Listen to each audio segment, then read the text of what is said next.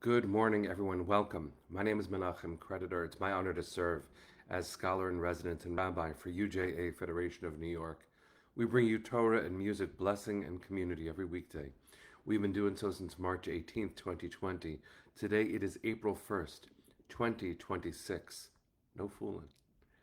It's also Erev Chag. Pesach begins tonight. What a joy it has been to be on this journey with all of you for this long 1,521 broadcasts. Thank you, Penny. Deborah, it's good to see you. Safta, Steber, so good to see you too. Jonathan, Deborah, Jody, and Lydia, Michelle, Jonathan, good to see you. Hi, Susie. Joyce, lovely to see you. Hi, Amy. Let's take a few seconds, say good morning to each other, then we'll say a bracha. We'll learn some Torah. Richard, Aziz and Pesach to you, my friend. Jack and Barry, Boker Tov. Let's see who else is here. We'll say a few more hellos and then we'll get started. Dave and Barbara, George and Camille. Thank you. Lovely to see you. And another Cecile. There are two Ceciles in a row. That's amazing. Hi, Camille. Amy and Haley, Cynthia, Eileen, sending love to you in Vegas. Ashley, good to see you too. Chag Sameach, everybody. Let's take a breath. We're going to sing a bracha, learn some Torah.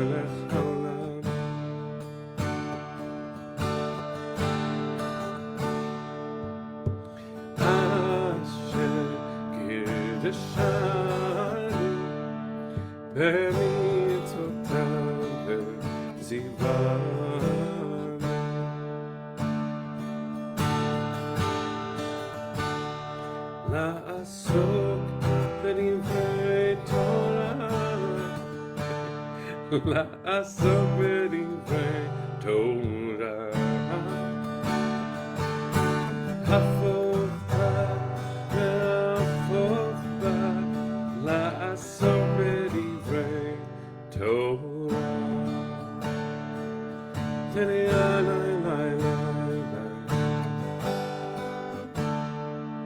תני עלי לי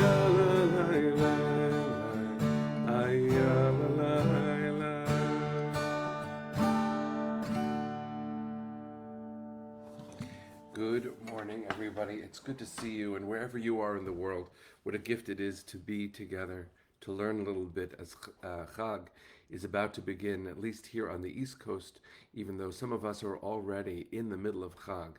And I also wanted to make sure to amplify one message.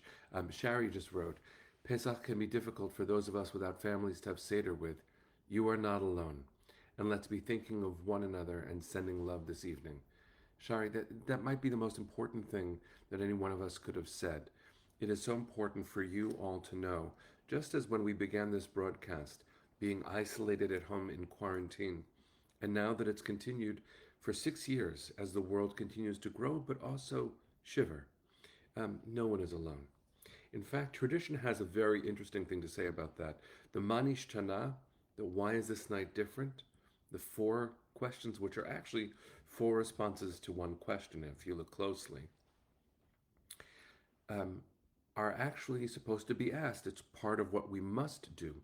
So if you are with family, then the youngest one traditionally asks. I've always wanted to make sure that whoever's youngest doesn't feel negative pressure, and so they begin, but then everyone sings, because it's important for even a child to feel like everyone can be silly and childish and share the burden. But if it's, let's say, just a couple or just two friends, you ask each other. And the Mishnah then says something very important. Shari, this is along the lines of what you were pointing to. and you're welcome. Um, this this is important. If you're alone for Seder, ask yourself the question. That's actually the tradition in the Mishnah, which means self reflection is a way of inquiry and a way of being together with ancestors. And so let's make sure that we don't miss the chance to connect to the past, present, and future, even if we're having Seder just us, as some of us will. It's never just you, friends. We are all with you.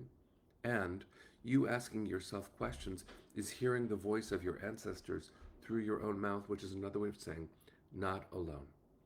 So bless you, Shari especially, for making sure that we brought this into our conversation. Also want to share that, Natalie, you're sharing that tomorrow night is your father's 1 year yahrzeit, second night of Pesach, sending you comfort and the blessing of your father's memory. Uh, it is Arlene sharing Jerry and Sherry's 25th wedding anniversary. Happy 25th anniversary, Arlene, to your brother and your sister-in-law. And there was one more thing. John just shared that your darling daughter, Aviva, and you share a birthday tomorrow. I'm guessing she's the one turning 4 and you're the one turning 32. Happy birthday, my friend. It's good to see all of you. Let's make sure that we hold each other and share the joy, because what a gift it is, friends, to have joy to share. It's important also for us as the Seder journey begins.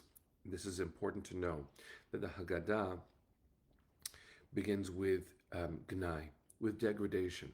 We begin the story by talking about how it wasn't good. And that's a very important part of any real story. No story only has the good parts. We start in the Haggadah with Avadim Hayenu. We were enslaved in Egypt. And we end with L'Shana Haba Yerushalayim, next year in Jerusalem. And it's really important for us, especially the Jewish community all over the world, and especially in Israel right now, that we start at this low point and the trajectory reaches very high. But we never presume that during the Seder or during the story as we experience it, it will all be fine. We do not presume that. That's not the way stories go. It's not the way life goes. And so what an important thing for us to hold on to as we grapple with the world as we have it. There are countless people in bomb shelters in Israel. And I have watched people write about how hard it is, it's a silly way of saying it, how hard it is to do Pesach shopping when being in the car that long puts you in danger because of a missile. And how you can't cook because you have to run to the shelter. And how children's school has not happened for 2 months because they've been running. We don't wish for a world in which plagues are necessary. But this Pesach story gives us a narrative where we are not alone and the situation gets better. And it gets better in 2 ways. One of them is by divine intervention. And the plagues are complicated. Even according to the rabbis, God has a problem with the cost of human life that comes with the plagues and with the splitting of the sea. Even God has that problem. The other way that things get better is by the brave act, friends, of opening our door. Of opening the door when we welcome Elijah. And I want to tell you, I was that child at my childhood Seder that ran for the door to open it for Elijah. We sang Eliyahu Hanavi. I didn't pay much attention to the rest of the Haggadah, really, at that young age, except for what I had to say, which was the Manishtanah. I wanted to be the one who opened the door. And my father, I think, was the one who sipped from Elijah's cup, so that when I came back to the table, I really did believe for a little while that Elijah had visited, sipped the wine, and left. As we get older and we experience more of the world, maybe our hair changes color or we gain a few wrinkles, but certainly we experience more of life. it becomes harder to believe that Elijah will be right there at the door, telling us that a better day will come. I think it's important for us to take a second and recognize that phenomenon, that very natural way that our expectations change as we age, and to make a decision about that together as a community. No, I actually think Miriam and Elijah will be right at that door. We don't need to pretend. I think this year, Miriam and Elijah will come. There'll be enough water for everyone. There'll be more hope for everyone. The story will have a better ending than its beginning. I have to believe that. The difference Rabbi Jonathan Sacks of blessed memory taught between optimism and hope is that optimism is the belief that the world is going to get better. Some people say, and Martin Luther King Jr. echoed this, he didn't create the phrase, but he said it best, that the arc of history is long but it bends towards justice. It's a beautiful teaching, but it should not be an assumption. Jewish tradition would say it slightly differently, which is that the arc of history is long and it will bend a little towards justice if we keep jumping up and down on its end and forcing it toward that direction. Jewish tradition obligates us to be the ones who will bend history towards justice. And though it feels woefully far from the way the world is now, we know that we play a big part in how things will get better. Optimism is the idea, Rabbi Sacks taught, that the world will get better. But hope, and that is our middle name, Hatikva. Hope is the conviction that we can do something to make it better. That's who we are. That's what it is to be a Jew. I think that's what it is to be a human being, but I can speak for our tradition and to our community, for our family. Hope is the conviction that we can do something to make the world a little bit better for us and for others, which means friends. When you open the door, you are Miriam and Elijah. There will be someone there to tell you that it's going to get better. You. And we have to make sure that we tell each other this essential message, channeled from all of our tradition, given all of the things we have been through, given all of the things we are going through. We are the ones to tell ourselves and each other and others and make it so that the world will be better. How strange it is, how beautiful it is to say L'Shana Haba'a B'Yerushalayim, next year in Jerusalem. Rabbi Yitz Greenberg, one of the most beautiful Jewish teachers alive today, says in a very important essay, a speech that he gave in the year 2000 at the Federations of North America, then called then called UJC, sorry. Now it's JFNA. We've had a lot of iterations of this organization. He gave a talk called Judaism and the Ethics of Power. He said, I've always believed that when we first started saying L'Shana Haba'a B'Yerushalayim, next year in Jerusalem, that maybe a few years after the destruction of the temple in Jerusalem in 70 CE, people said it and meant it. But 1,000 years later, the likelihood had changed. Why do we say it? And to add strangeness to the way that he asked it, just from my own experience, how strange it is to be in Jerusalem and say next year in Jerusalem. Or, I remember there was one time I was at Rabbi Paul Friedman and Nina Friedman's home. Their balcony overlooks the old city for Seder. And we sang L'Shana Haba'a B'Yerushalayim, looking at the old city. It is a choice now, how we orient Jewishly in the world. Isn't it important? Isn't it essential? Isn't it beautiful? Isn't it inspiring that we are here to talk about Pesach with hundreds of new Haggadot, published this year all over the world in every language, recognizing that right now,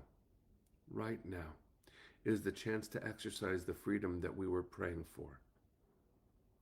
Judy, you're sharing that you were supposed to be in Jerusalem today, and so you say L'Shana Haba'ah, and I say Amen.